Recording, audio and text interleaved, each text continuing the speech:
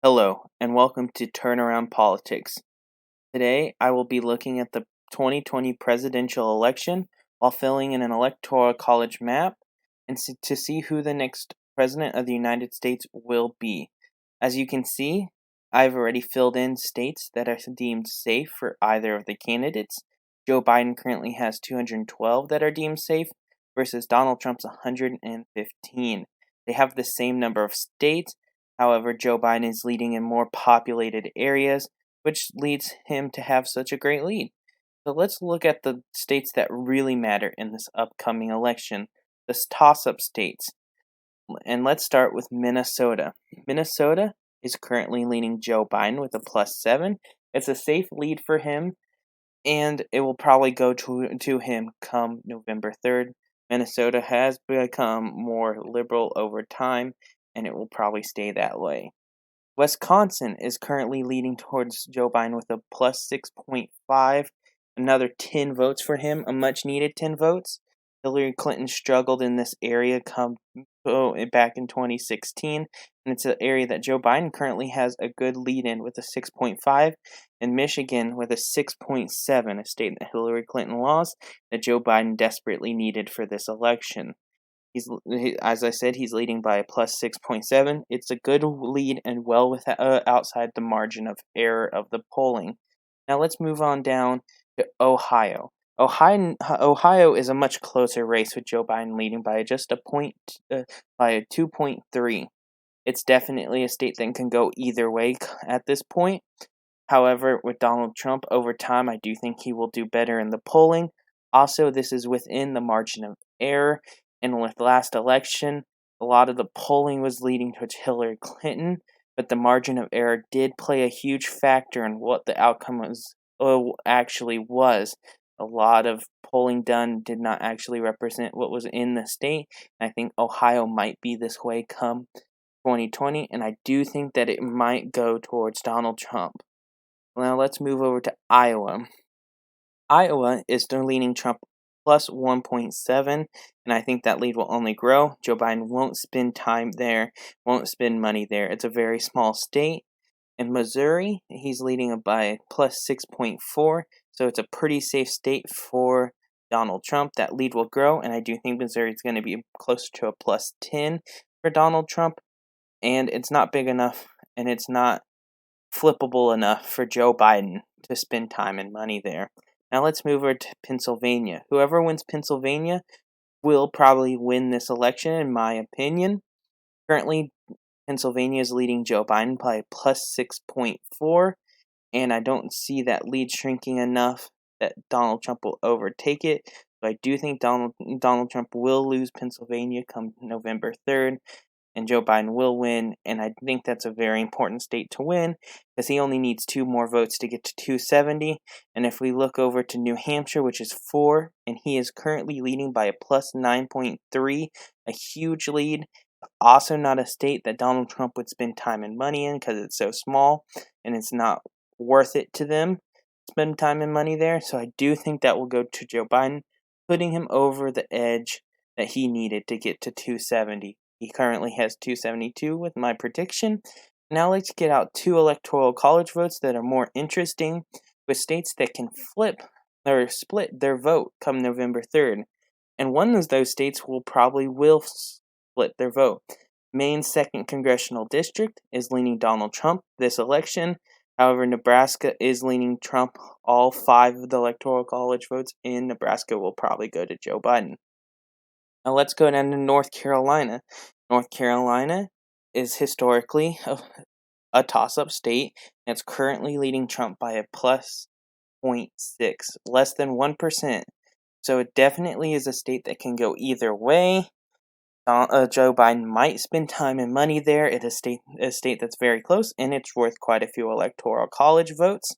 And he might think that it might be worth it this election. I do think Donald Trump will do better in the polling over time, and that's why I'm giving it to him right now. But it can go either way over the next couple months. Now let's go down to a historically not a toss-up state in Georgia. We saw in the governor election, they could flip towards a Democrat. Stacey Abrams almost became governor. but she lost the election slightly. But over the last 2 years, she has been working on voter registration and increasing voter rights, which could help Joe Biden come November 3rd. But with Donald Trump's lead being plus 1.1, I do think that he will stay in Georgia for a while, and he'll put in time and money there. I do think Georgia will stay red this election, but over the next few election cycles, it might turn blue. It will be interesting to see. Now let's pop on down to Florida. Florida is an interesting case. A lot of new migrants from Puerto Rico moved into Florida after the hurricane struck there. They are all eligible to vote as they are United States citizens, but they were not allowed to vote in Puerto Rico because Puerto Rico does not vote in presidential elections. So it will be interesting to see what kind of impact that will have in an election. But also, Florida is a very diverse state, had a very close governor election and Senate elections, and I do think it's a state that will be interesting to see come November 3rd. Joe Biden is currently favored there by a +5. He is a more of the favored by the older generation that's currently living in Florida, which giving him this edge. I do think that lead will shrink, but I think Joe Biden will win Florida, a huge state, almost 30 electoral college votes, much needed for him, bringing him over 300. Now let's look at the most interesting toss-up state this election, Texas. Definitely not a state that most people would think is a toss-up state. Typically it votes red, but Trump is just leading there by a +3.5. It's really interesting to see. It's the +3.5 does come from Real Clear Politics average polling, which averages all the polls done in Texas, and that is a pretty good statistic to see what the actual lead there is right now. It will be interesting to see what Joe Biden and Donald Trump do in Texas over the next couple months. Are they both going to spend time and a lot of money in Texas to flip it their way? Or is Joe Biden going to be like, I don't need Texas? Or is he going to be like, Texas would be nice for me to win? It would secure a big victory for him. You see his lead jumping up to almost 340 electoral college votes. Definitely would be considered a landslide if that happened. But I do not think it would happen. Texas is still solidly polling towards Trump. It's definitely a state that's historically been a conservative state, and no Republican president has won the election without winning Texas since the 70s. So it's a state that Donald Trump definitely needs to keep, and I think he will spend a lot of time in Texas. It's a beautiful state. I do not blame him. Joe Biden, however, is leading in both Nevada and Arizona, but I do think that's going to flip. I do think he'll win Nevada. He's currently in the lead with a +4 in the polling average, but he's only a +2 in Arizona. I do think over time that lead will shrink in the polling. I do think Donald Trump will become victorious in Arizona. He's very popular there, and it will be interesting to see those two states.